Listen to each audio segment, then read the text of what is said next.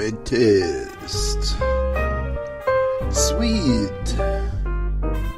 Sour. So good to taste.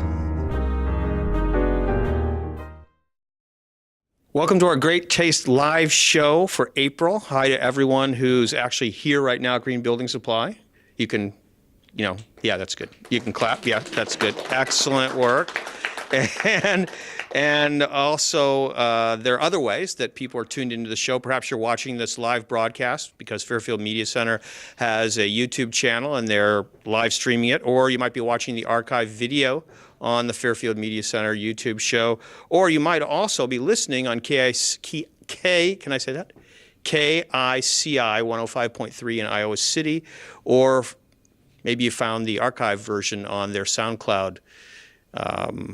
What is that called, actually, Jason? SoundCloud, is it like it's not SoundCloud app, but a SoundCloud channel? Do you get channels on SoundCloud? Or I'm not sure either, but on SoundCloud, how about that? Anyway, whatever. I'm Steve Boss, and however you found Great Taste, we're glad that you're here, and we're glad that you're tuned in to this show because there's going to be a lot of really interesting things that are going to be happening. Malak Nour is with us, and she is the owner and chief baker of Marmalade Sky. Welcome. Thank you. Thanks so much for having me. Oh, look, they clapped for you. They didn't even clap for you. Right, I know. Isn't that great? I mean, I think that's awesome. Anyway, we have several other people that are going to be talking with everyone. We have Bob Schrem, who recently returned. I'll say it's recent, Bob, even though it was a few months ago now, but recently returned from Europe, and I got to follow all of his adventures on some of the different social media channels that he uses, and it was like incredible. So I wanted him to come and share a few stories with you and also some travel tips, because before we know it, people are going to be adventuring off to different areas, and that'll be, I think he's got some things that are very worthwhile for you to understand and hear about. And also, Soleil Thorstein's daughter will be here in a little while, and she is also known as the Wandering Knife and is opening, I think, a new place on April 5th called The Local in Fairfield, and I wanted her to come and share a little bit about what she's planning on doing there, because I think it sounds pretty exciting, her vision. So let's get started. Let's talk about what I really love, chocolate brownies, and I think you're going to teach us a little bit about how to make them in a very specific fashion. Right. So these are gluten-free chocolate brownies. They're an adult version of the brownie. They're the very unctuous, very creamy, velvety, fudgy version for the adult palate, though kids love them as well. But this is really something that kind of transcends a little bit our childhood memories, has all of the best of them, but also brings it up a few notches for us. So the basis for me is excellent ingredients. As long as you have a top quality chocolate without breaking the bank, for me that means somewhere around 60% cacao content. Really good organic fresh eggs, free range if you can get them, organic butter, a good sea salt, a really good vanilla. I use a Madagascar vanilla extract. Then you're all set. Then the sky's the limit, and they're super easy to make. Kids can make them. So that is, like, I think everybody's hot button. It's easy to make, right? So let's talk about, this is a gluten-free brownie. So why? The reason for me is a dozen years ago, one of my kids got diagnosed with a gluten intolerance, and that was a game changer for all of us. I had the option of making 2 of everything or figuring out how to make it work for the whole family. So luckily at the time I was living in Boulder in Colorado, and it's sort of a mecca for alternative foods. So I was blessed in that I could walk into just about any supermarket and find a bunch of different gluten-free options. Where I didn't find what I wanted was in the all-purpose flour mix. It was too dense, or it was too crumbly, or the taste was all wrong, or any of dozens of different things that I didn't like. And so with trial and error over time, I figured out I was going to have to make my own mix. And eventually, what came of it was the mix for Breadtopia. When Eric Rush asked me to develop a mix for them, that's what the basis was. And so You want to show everybody, those of us who are on video that can actually see it. yeah, here it is. So this is available at everybody's. And it's available in other stores. And in different stores. And online, of course, breadtopia.com.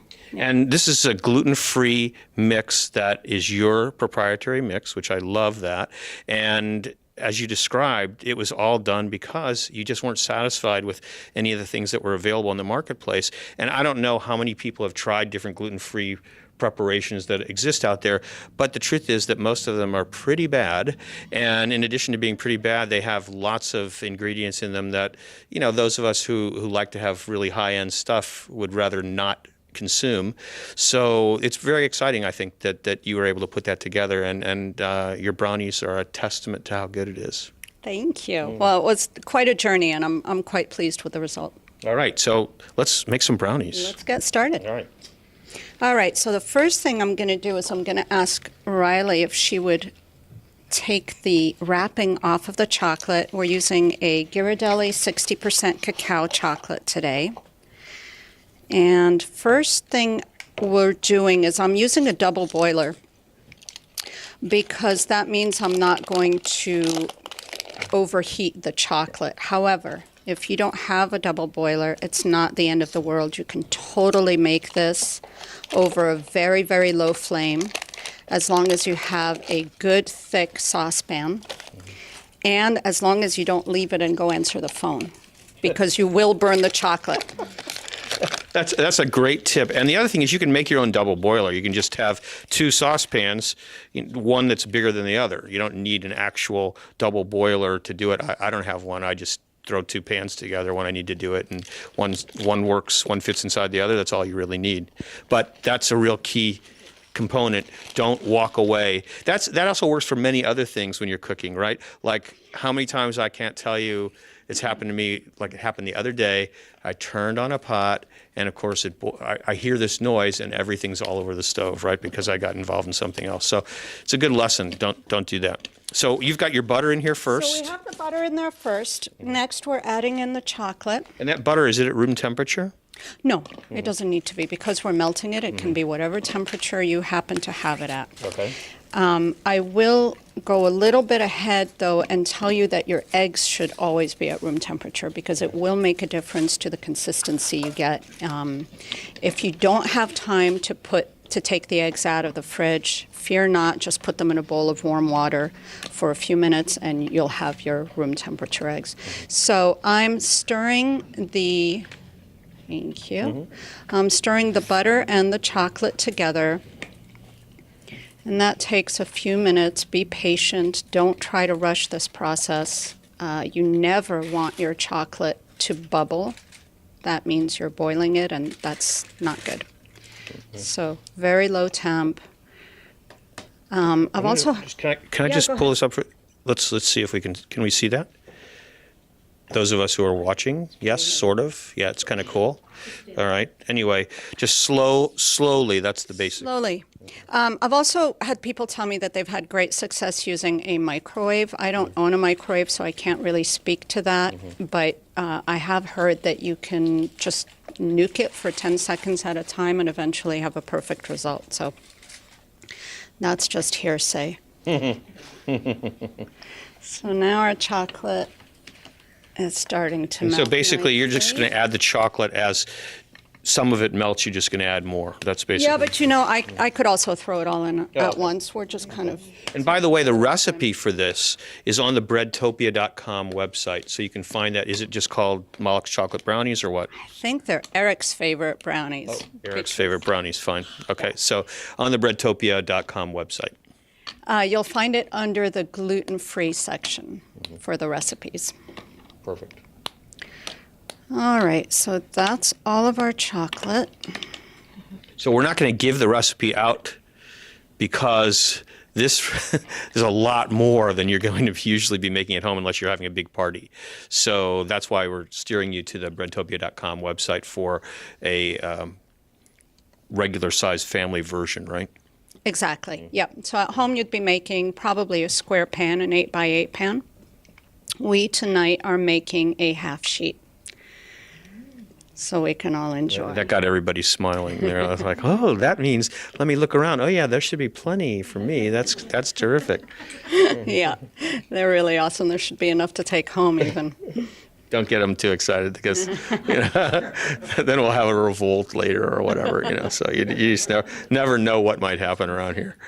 Right. A prize. Well, there's lots of prizes, actually. So that's one of the great things about coming here is that there are terrific prizes. And matter of fact, one of the ingredients that Malak, some of you may know that I started last month recommending specific products. I'm going to recommend 4 products every month that you can buy at Everybody's Whole Foods, or you can buy at your natural food store, or even some of the commercial grocery stores. These are products that I really like to use on a regular basis, and people had asked me so many times, well, what do you use and why do you use it and that type of thing. So one of the items that's going to be featured this month is actually Organic Valley cultured butter, which Malak is using in in this preparation. And some of you may know that cultured butter is the way butter used to be made before industrialization. I mean, basically, all butter was cultured butter before industrialization came. But now it's harder. It's not something that you can find all the time. But Organic Valley does make cultured butter, and it's really good. It has a richer taste. It's richer in consistency.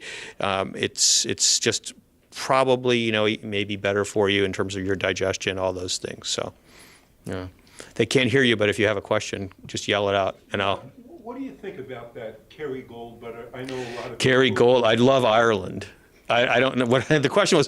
What do I think about Kerrygold butter? I actually, I don't swear by it or at it, but I've used it, and it's fine. But this is my.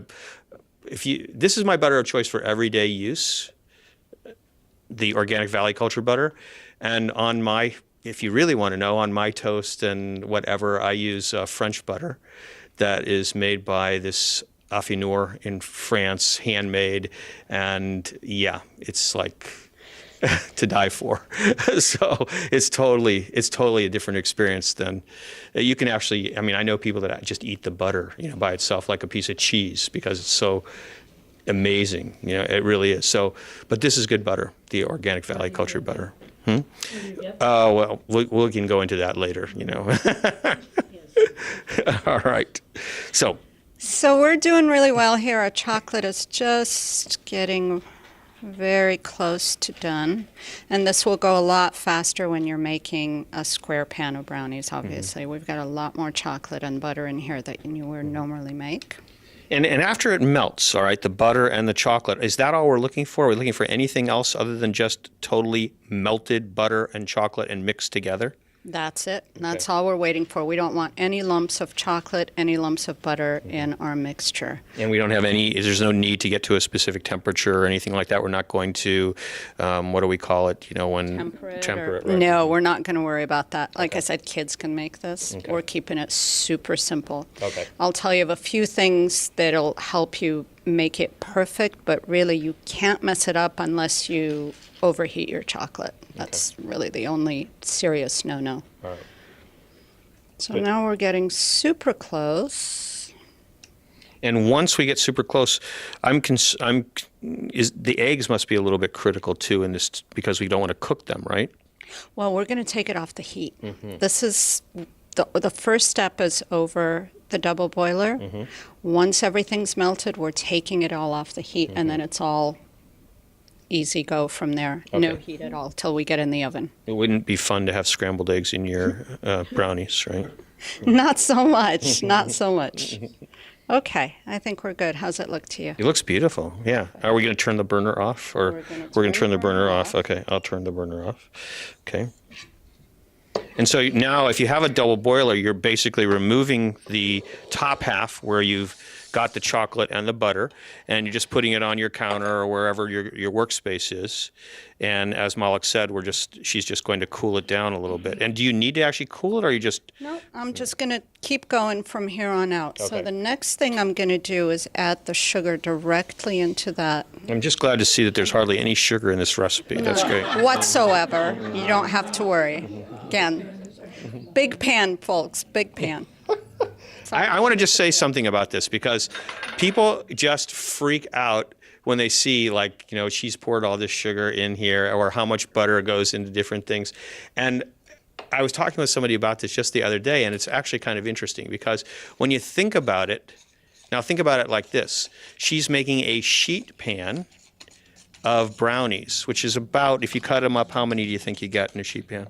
20 big ones. 20 big brownies. So basically you're getting 1/20th of anything that goes into this. So when you think about 1/20th, it's not too much. You know, it's just a little tiny bit, and it's just a little treat. So it's okay. You're good. What did you say? You're number 25? Oh, I think she'll cut them smaller, so don't worry about it. We also have 2 pans, folks. I brought a whole. Did you hear that, Nancy? 2 pans. So everybody, this is what happens around here. See, people are supposed to eat before they come to the show, and they're not supposed to be hungry. And you know, all right. So how many eggs are going into this particular sheet pan? So this particular sheet pan is going to have 9 eggs in it. Normally you would have 3 eggs. You'd have 2 eggs and an extra yolk, which is the secret. Ooh. And that's where kids might need a little help, is in separating. Okay, yeah. So you're separating the whites and the yolks right now. So that's one of the things that you have to do in this recipe. So if you have 3 eggs in the regular recipe, you're going to have 3 yolks, 3 whites, and then an extra yolk, or did I miss that? You're going to put 2 whole eggs in and 1 extra yolk. Ah, gotcha. So now I'm just going to break the whole egg in. And what does that extra yolk add to this? Because you said that was the secret. It makes it incredibly creamy and velvety, and it just adds a whole nother dimension of coherence to the whole brownie. For me, it pulls it all together. Interesting. And it's totally optional. You actually can make it without the extra yolk, but for me, it's really, I can tell. Have you ever, I'm going to ask you this, have you ever put in, instead of that extra yolk, a tablespoon of sour cream? No, I never have. Will you try that and let me know what happens? Yeah, definitely. That sounds like fun. Yeah, I do that a lot in baking. So if it calls for 3 eggs, I put in 2 and a tablespoon of sour cream. And it adds, usually, most of the time I can't tell any difference, but sometimes you can actually get a little tang that you wouldn't have gotten otherwise. And I think it adds the same exact elements that you're talking about with that extra yolk, the creaminess. And so I'd be curious just to see, if you do try it, what your experience is. Does anybody ever do that? Substitute sour cream, you know, for eggs sometimes? I see somebody shaking their head. Good. Okay. Interesting. Come over and we'll do that. Okay. Come that over sounds and have good. dinner, we'll do that. Oh, come over and have dinner. I like Yeah. that. Okay. Yeah, we'll do a big cookout. Okay. Sounds great. Let's make sure we set a date. Definitely. Okay, so you're just stirring the eggs in. Are you whisking them in? I whisk them in. I'm going to add the vanilla now. And this is really another key part to it because there are lots of different qualities of vanilla extract out there. And you're using Madagascar, which is it's going to be a really nice taste. Have you ever used, for example, fresh vanilla beans instead of the extract? Just checking. I've made vanilla sugar and used that. Now I've gotten to the point where I've become incredibly lazy about my cooking. So if I have to do a lot of things, it ain't happening. I love your honesty. It's called being a mom of 4. I've found the shortcut to just about everything. So I keep it super, super simple. I love this vanilla extract. I've been getting all my spices from this small company in Denver, and they just have super high quality everything. Nice. Yeah, so it's been a real treat getting to use that vanilla. All right, now we are. So we've put the eggs in. We've whisked the eggs in. We've whisked some pure vanilla extract in, and now you're just going to add some salt. Now we're going to do a little salt and the flour, and we're done. And salt, in case anybody doesn't realize this, is probably one of the most important ingredients in any baked good, sweet baked good. Because if you add the right amount of salt to a baked good, you can really enhance the flavor amazingly. And if you do some other things, for example, like if you do a chocolate chip cookie and you use a flaky sea salt on top of it, for example, that adds not only taste but texture. So salt is a really great thing for baking.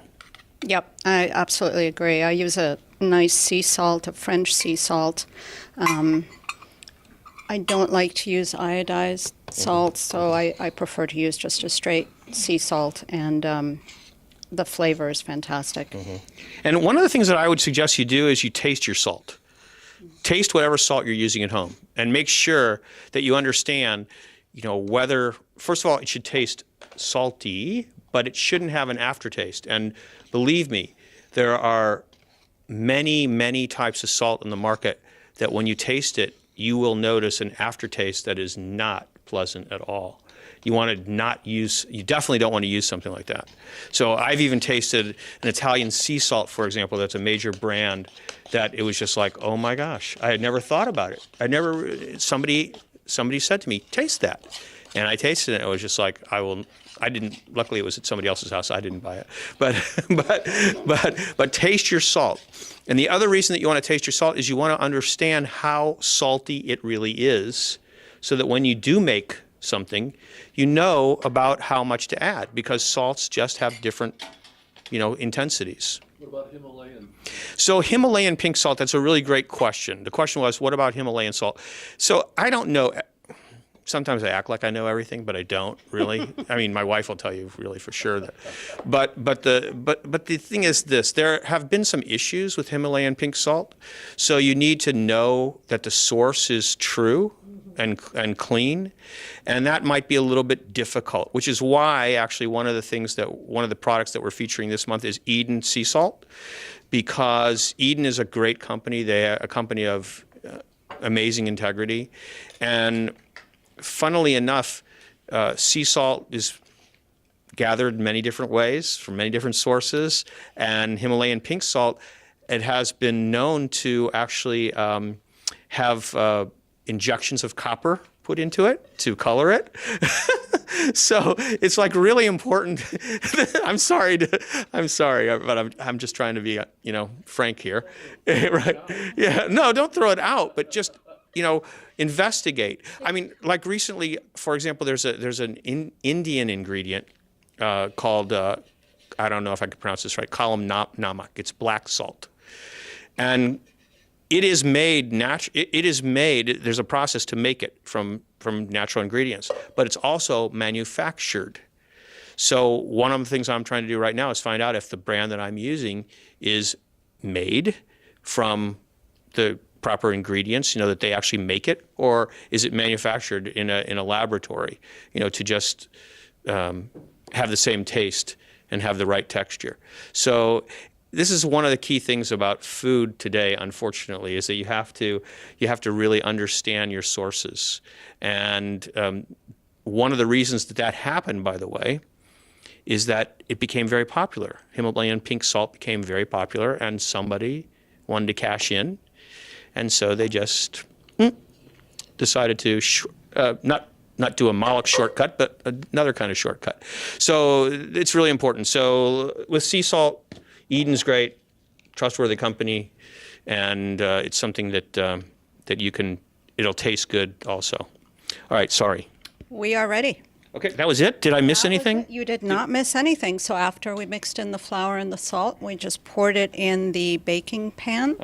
We're going to throw it in the oven and see what happens. And you just try to make it a little bit even, right? A little bit, but I really don't even need to do that because it'll even out in the oven. And was there any need did you grease the pan or anything like that? I'm using a nonstick, very heavy baking pan, and so it does the unsticking for me. So what if we don't have a nonstick? Do we need to put parchment paper in, or do we need to butter it or anything like that? Yes. So in the recipe, it will tell you to butter the pan, put a piece of parchment paper in it, and then butter the parchment paper. It'll make it very easy to unmold that way. All right. Excellent. Now, it's going to bake at what temperature? At 350. And we're going to go for 25 minutes and then see. It might need a little bit longer. Okay, if you need somebody to taste it, just let me know. All right? Okay, Malak. And Malak will be back later because we have other things to talk about, and she has two other delicious cakes that she's brought, so that's fantastic. Really looking forward to that. Now, I am going to hopefully pronounce her name correctly, as I did when she was not here and I introduced what we were going to talk about on the show. And if I'm incorrect in doing it, then she's going to help me out. But the Wandering Knife, whose real name is Solé Thorsteinsdottir, is going to be talking with us. So how you doing? And how did I do? Did I do okay? That was really wonderful. That Will you was come really a little good. closer? Yeah, sure. Okay, great. No, hands up. I know. I was like, I remember from last time. Excellent. Hey, Excellent. everyone. So I'm really excited because, I'm sorry, I got to put the mic in front of my face. So I'm really excited because the door's open, but newspapers are all over the windows, and there's all kinds of stuff going on in there. And so what's happening?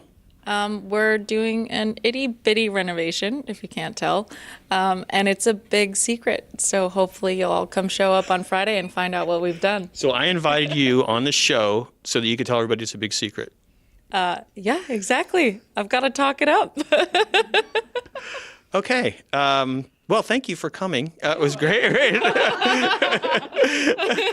for having me. So anyway, you're renaming the restaurant? Yeah, so the Wandering Knife is my personal branding, and now we're trying to build something like for Fairfield, something that's going to go bigger, broader, and expand beyond that. And so we're naming it The Local Fairfield. And we're shooting for organic and locally sourced for all of our ingredients if possible. I think we're going to start with like 95% of it. And we're doing some renovations, so we're going to make it like this very clean, simple, maybe like industrial, like hardcore, like sturdy aesthetic. Yeah, and so it's going to be fast, casual, simple. Imagine kind of like a Chipotle style service, and yeah, Chipotle style service, but we won't bring in the other elements, in terms.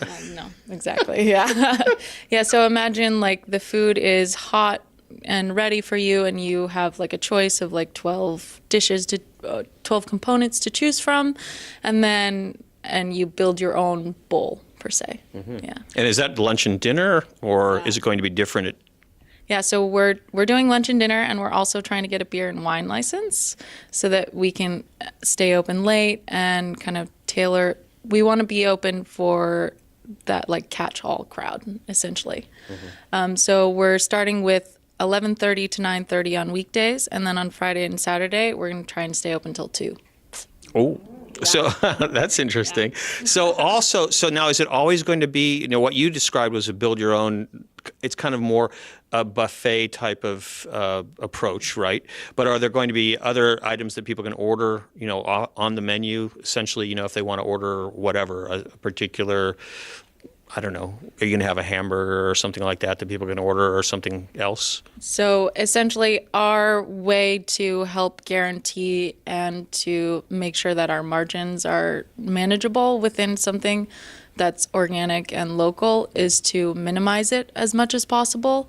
So our 12 components or our 14 components will all work really beautifully with each other because they're like hand designed by me. But that will essentially be all of it. Mm-hmm. And will that change from lunch to dinner, or will it change from day to day, or is it going to be pretty standardized? It's going to be standardized, so it will be very consistent so that you can come one day to the next and be happy and get what you want from it. And are we going to get any specifics at all, or is it going to be all just mystery?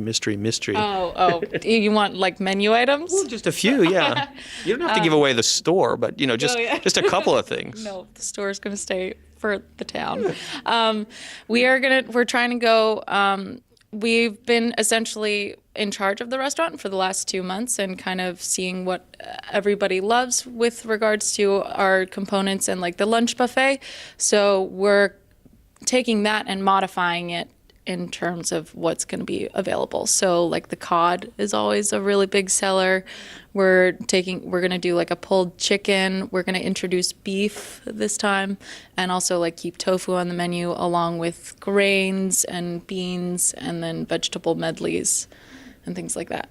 So. Well, it sounds great, and I'm very excited about the fact that you're making this commitment to local and organic. And I think that people don't. I think most people who are not in the restaurant business don't understand how difficult it is to actually make money in the restaurant business, and why it becomes even harder to do that as the costs of the ingredients go up if you're trying to buy local and you're trying to buy, food that's really good.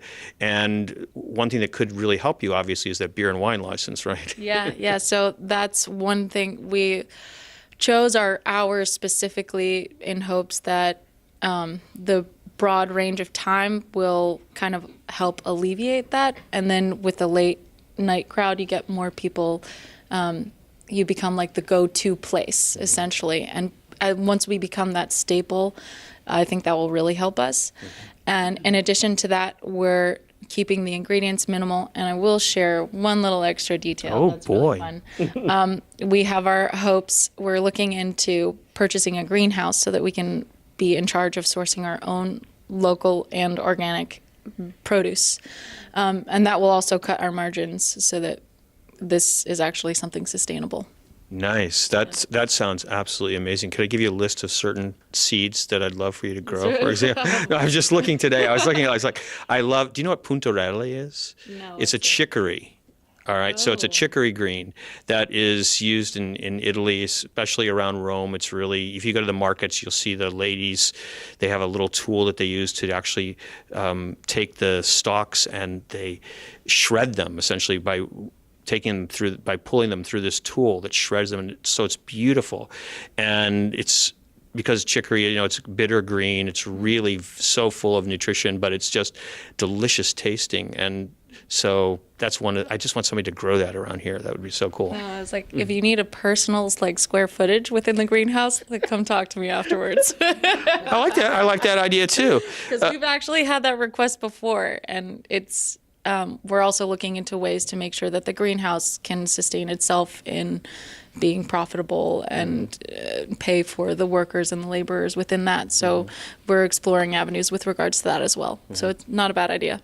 Well, this is really exciting, and I would just say to people that it's always really important when somebody's making a commitment like this that we look at that commitment and understand it for what it is. And I hope that one of the things that will come out of it is that you'll educate people too when they come to the restaurant, because I think that's an element that's really missing in a lot of spots.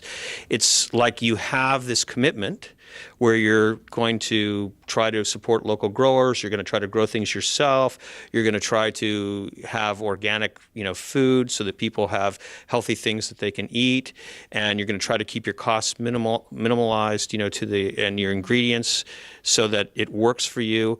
And I hope you'll explain that to people too, so that they can understand, what it takes. Because I've been reading some books by a family in New York, the Shopson family, and they have a restaurant, but they've had one for many, many years. But it was really a neighborhood type of gathering spot. It has always been that, from the time it was a general store, essentially, to as it moved into becoming a restaurant.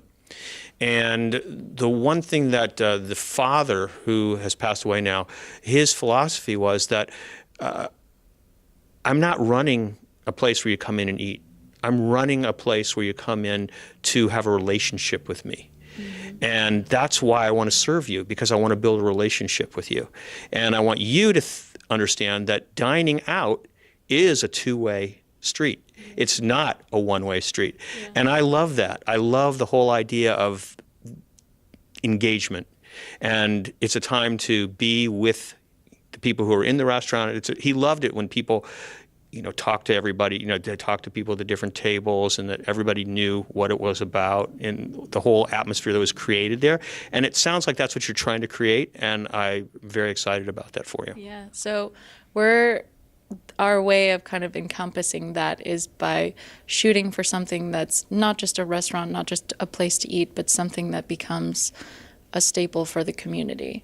So you come in, and we're going to start with artwork that we've had before, but we really want to get portraits of the farmers who are supporting us, so that you get local faces on the wall. And then you draw people in, because you're like, oh, hey, look, there's a photo of my neighbor on the wall in there, and it's hand drawn and really cool, and it's this new place, and the it goes on, and so you attract people that way as well. So yeah. All right, good luck. Thanks so much. And maybe next month you'll come back and tell us how not only how things are going, but maybe you'll make a little something for us all. Oh, all right. I didn't know that was in the plan for things, but Oh, well, I just thought of it right now, so I don't mean to put you on the spot. And anyway, if you look around here, they'll all forget by next month anyway, so it's not a problem. I hopefully not by next week when they show up over there. All right, good luck. Thank you All so right, much. take care. All right. So. By the way, Jason, I forgot to turn on my timer, so if you'll kind of let me know how things are going, when we have maybe 15, 20 minutes left and then 10 minutes after that, and then when I need to actually stop talking. How's that sound? Will that work? Okay, that's great. So wherever you happen to listen or watch this broadcast, I'm sure you have places like this, or if you don't have places like this that you know of that Soleil was talking about, go out and find them. And hopefully, one of the ways that I do that when I go to another city is I go to try to go to the farmer's market. And then I ask the farmers at the farmer's market, who do they sell their produce to? And that usually leads me to places that obviously are supporting local growers and usually ends up being a great meal. So that's just one way to do it. So Bob, can you come up and tell us a little bit about your trip? By the way, you're listening or watching Great Taste. We're coming to you live right now, anyway, from Green Building Supply in Fairfield, Iowa. It's a production of Fairfield Media Center, and I want to thank, of course, Green Building Supply and everybody's Whole Foods who contributes all the ingredients that we use in all the different products that are going on. So Bob Shrem is he contacted me before he left for his trip and said he was going, and I, of course, was very jealous. And so now I'm just glad to get a little bit of, the vicarious thrill of listening to you talk a little bit about where you went and just fill everybody in on it a little bit. Okay, the first thing, hi everyone, I'm Bob. I first came to Fairfield in 1978 to the university, and I live in the community. So I was in Europe for 3 months, and I started out visiting a friend in Germany, and actually it was a very interesting part of Germany because it was the part that formerly was East Germany, and so that it brought up all sorts of interesting things. One of the food items in Germany that I just fell in love with is something they call Kuchen and coffee. It's sort of like tea time in England, but it's these elaborate desserts. Kuchen is Kuchen. It's like cream pies and it's like all the time. From there, I spent about 3 weeks there in a small little town called Kalba, about 10,000, about the size of Fairfield actually. From there, I took a train to Bolzano, which is the Italian Alps near the Dolomites, and I took a train, and it was about a 10-hour ride, and that was Italy, and it all began there. And so I stayed at an Airbnb with a man named Luciano. He's about 58 years old, great guy. A teacher. So the first thing, he comes with his bicycle to the train station, and I have this, wheeler, a wheeler type of luggage piece, puts it on the back of his bicycle, and off we go about a mile walk to his house through the market, the food market, and all that. So the first thing, he makes a homemade pizza for me. And this is Airbnb. You booked this. Yeah, and I said to Bob, I said, I just don't know. I've never run into people who book on Airbnb and then their host actually is cooking for them. So that's why I wanted to come and tell people about this so that next time you book on Airbnb, you can make sure that you ask if the host is planning to cook for you. Well, he didn't even tell me he was going to cook for me. And then he timed it so that as soon as we got home, this wonderful cream pie came out of the oven. And it was like, he ran over to the oven, took it out, he said, oh, it's done. Matter of fact, I'm thinking about asking for my money back in some of the places I've stayed. So, So to wrap up Luciano, he ended up preparing 3 homemade pasta dishes, and it's on Facebook and all that. We made something called orecchietta. Orecchiette. You could buy them dried. They Little ears. It literally means little ears, and a homemade marinara sauce. And then another time he made this spinach and semolina, and he grated it through like a strainer, and it dropped into boiling water, and it was this wonderful spinach type of. And then another time we went to the market, and I said, "Oh, those little clams look delicious." And he said, "Oh, they are." He said, "Let's get some and we'll." And so he cooked me that. And did you buy the ingredients, or did he buy those too? No, okay. Yeah. And we did a lot of hiking in the Dolomites, and he's got. Together with your host. Yeah. I was fortunate. I got there for the weekend when he was off from teaching school. So that was the first event in terms of my Airbnb. I stayed exclusively in Airbnb for the whole trip. And just to give you an idea of the itinerary, I have a little map of Italy. So here it is. Those of you listening, can you see it? Well, it's. You can describe it. It's okay. So I started in Bolzano up here. In northern Italy. Yes. In the north, I took a train down there just out of convenience. And Bolzano is it's one of the most affluent cities in all of Italy, even more so than Milan. And then Venice, Florence, Lucca. Denise Gallagher suggested I go to Lucca. She's a local resident here. She's been to Italy 12 times. And then Rome, Naples, and then I took a train to Sicily. I spent 3 weeks in Sicily. Now we know that you didn't take a train completely to Sicily. No, it is a train completely to Sicily. It goes. It's like the English Channel. It goes underneath. Yeah. Oh my gosh! I didn't even know they had anything like that.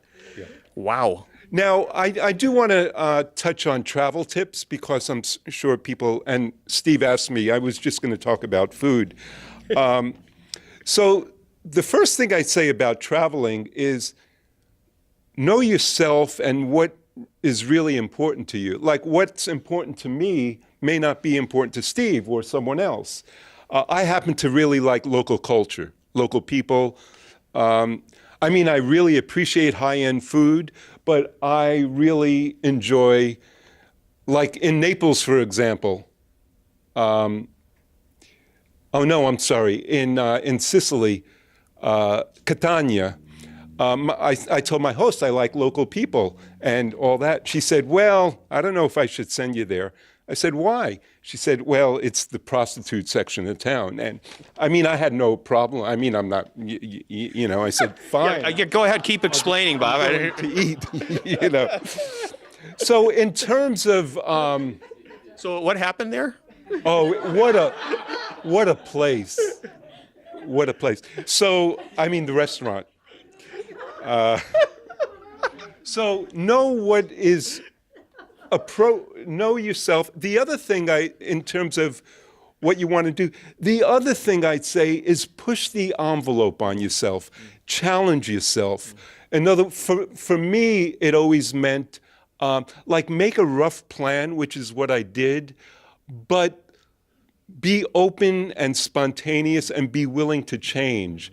And I could give 2 examples of how that really influenced my trip. All the Americans I met in Fairfield, and even in some of the Americans I met in Italy, they said, "Do not go to Naples." All the Italians I met in Italy, they said, "You must go to Naples." So, of course, I had to go to Naples. Can I just interject one other thing? One of my friends who's Napolitana said, definitely go to Naples when the Napolitani are away. Yeah. That's another way to look at it. Yeah. Yeah. So, and I ended up going to Naples, and Naples, for me, it's sort of a mixture of Chinatown, Little Italy, if you've ever been to a big city where there's a Chinatown, Little Italy, and India. It's this incredible mixture of different cultures, and from Africa and all different areas. The other example of being spontaneous is I didn't plan on going to Sicily. I had no intention of going to Sicily. I met the sister of my friend in Germany had just come back from Sicily. So it planted a seed. And so when I went to Italy, I make sure to plant that seed with other people. I said, what do you think of Sicily? And all the Italians said, you got to go to Sicily. So I ended up going. Was my first trip to Italy. I loved all of Italy, but Sicily's a place I would return year after year. And I'm considering it as a winter getaway for me. And did you love Catania? Oh, yeah. Yeah. Liliana Rosano? Yeah. She's from We've Catania. been in touch. Right. Liliana, I'm sure, was thrilled that you had such a great time there. So nothing like somebody who's from a particular town, wherever you happen to travel, and you go there and you experience it and you just love it, and they feel so proud and happy, right? Yeah, we were texting back and forth. Now, practical things, I said, like, push the envelope, challenge yourself a little bit. Even if sometimes you think one time I was in Ragusa, which is a mountain town, and I took a day trip, Modica, famous for the chocolate. So I took a trip to Modica, and then I got on the wrong bus, and I ended up going the wrong way. And there were all these young students, like 15 years old, on the bus. And I said, I think I'm going wrong. They said, you are going wrong. So I ended up going to the ocean, and it was like, so I got back, and then I had to take a bus back, and it worked out great because I saw a part of Italy that I hadn't been to. Now, in terms of practical things, travel tips, really explore Airbnb. I mean, I paid an average of $28 to $40, even in Rome, in Florence, in Venice. And if you ever see me, I could give you some hints about Airbnb. They basically have different filters on the website. And one of my favorite is Superhost. It'll ensure that you have a really high quality experience when you check off Superhost. These are people who have had great recommendations and they've never had a negative comment. But there's also like 12 or 15 other, and don't be, people might say, oh, I had a bad experience. There are ways, if you do your research, there are ways to minimize those so-called bad experiences. I did not have a bad experience. And, 2 months.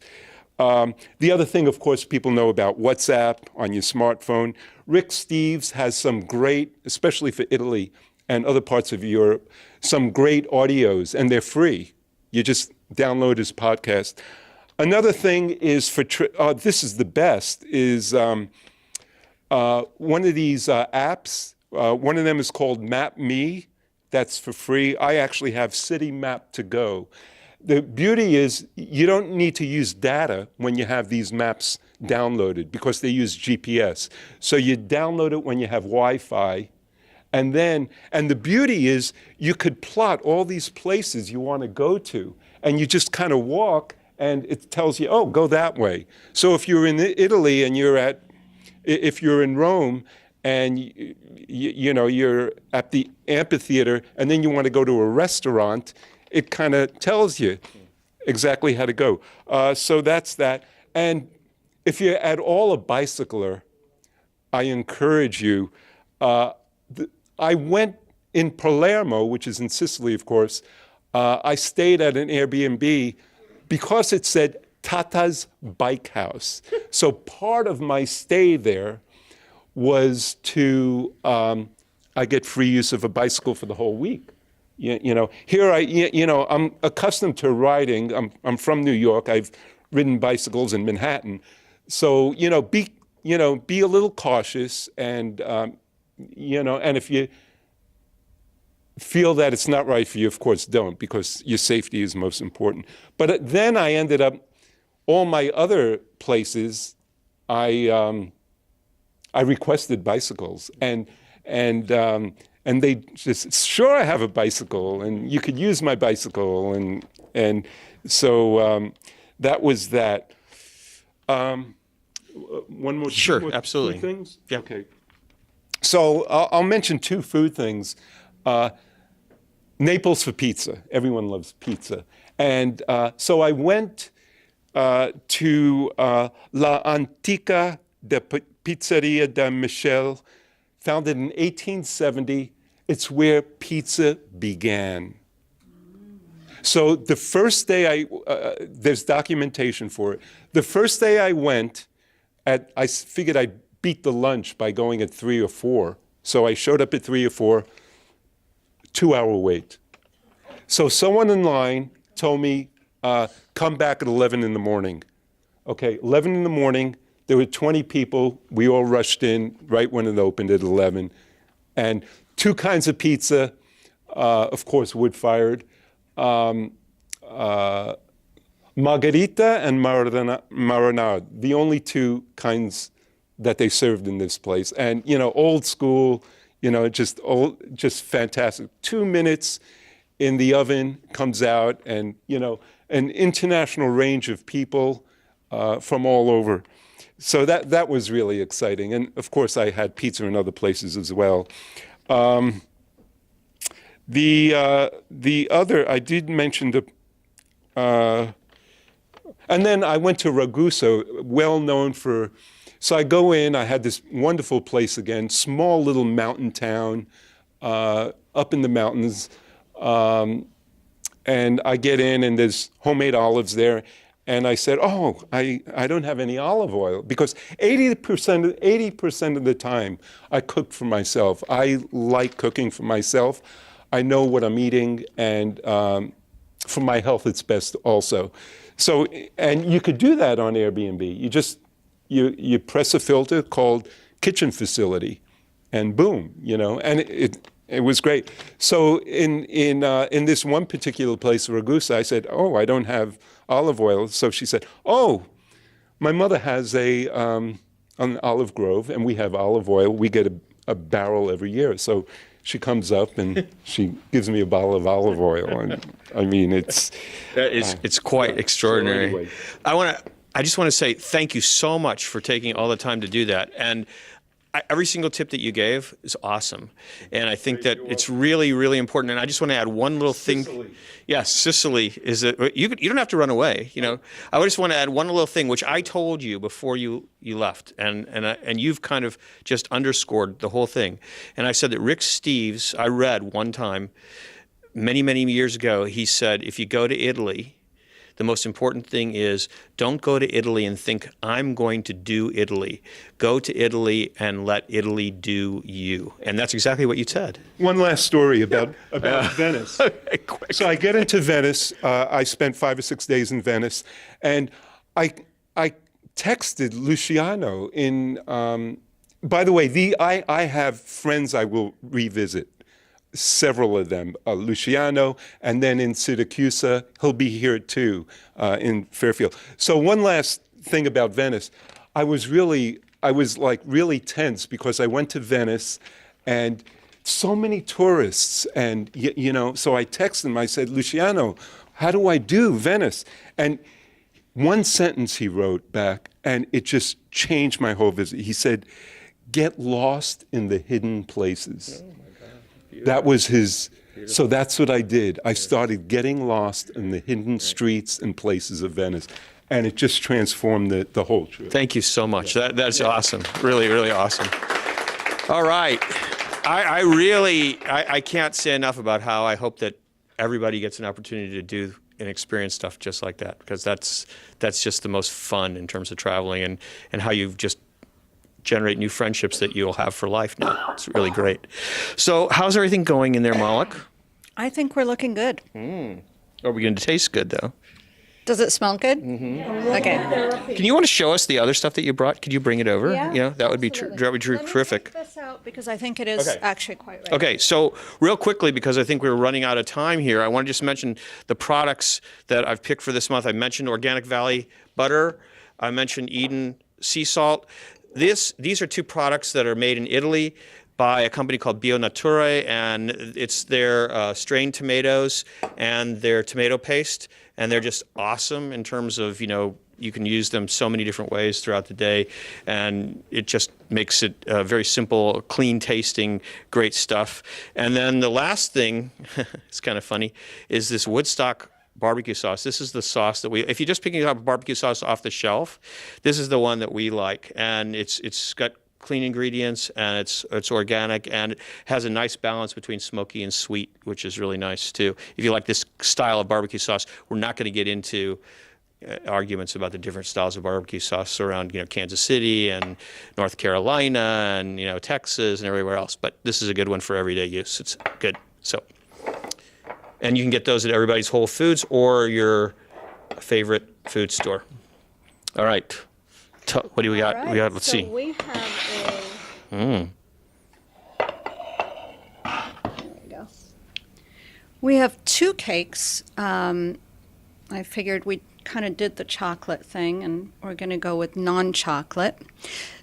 The one with the little orange slivers on top is a Seville orange almond cake, which is a take on a traditional Spanish almond cake, ground almonds, obviously the gluten-free flour, eggs. It's a very, very simple cake in terms of the flavors. My take on great food is I find great ingredients, and then I do my best to get out of their way. And It's another great tip. try not to mess it up. Just try to let the ingredients really shine through. So great oranges, orange zest, the almonds, eggs, fresh eggs, and good butter. You can't go wrong. The other cake is my Let's Bring Summer In cake. It's a blueberry and lemon pound cake. It's a traditional pound cake batter, and then it's studded with blueberries. It has lemon zest in it, and then it's brushed with a lemon syrup the moment it comes out of the oven, so it's got that tang to it as well. And you can find your products at everybody's, and also, are any of your products in Iowa City or not? Yes, they are. They're at New Pioneer Co-op in Des Moines. They're at the Iowa Food Co-op. Yeah, so all 3 New Pioneer Co-ops. Awesome. Thank you so much for visiting. And of course, you can stick around and cut some of this stuff. But Jason's just given me a sign that we have 2 minutes. And I wanted to mention to everybody that I'm going to also make a lentil salad. That is really simple to do. I'm going to do it right after we're off the air, so I'll tell everybody how to do it. French green lentils, just the only thing you have to do is be careful that you don't get them mushy. You want to get them to the right consistency where they still have a little bit of texture to them, not too much texture. And added to that, fresh chopped parsley, lots of it. Don't skimp on the parsley. A little Dijon mustard, fresh lemon juice, and roasted garlic. All right, and olive oil. So those are the ingredients. If you need more lemon, make sure you have it available in case, and salt and pepper, of course. So we're going to mix all that up after we get off the air. So I want to thank everybody for coming or for listening or for doing whatever they're doing in regards to the show. The next show is May 7th, Tuesday, May 7th. We're going to feature local farmers market people. And also, maybe Soleil will grace us and do something for us also. And I'm hoping that we're going to feature, one of the other things we'll feature is my favorite spring vegetable, which is asparagus. Thanks to everybody's Whole Foods for the ingredients again, Green Building Supply for hosting us, Fairfield Media Center's Jason Strong for the production. And you can find the live show on GBS, as I said, every first Tuesday, and watch the shows on FMC's YouTube channel. I'm Steve Boss. Thanks for watching and listening to 60 Minutes of Great Taste. Great taste. Sweet. Sour. So good to taste.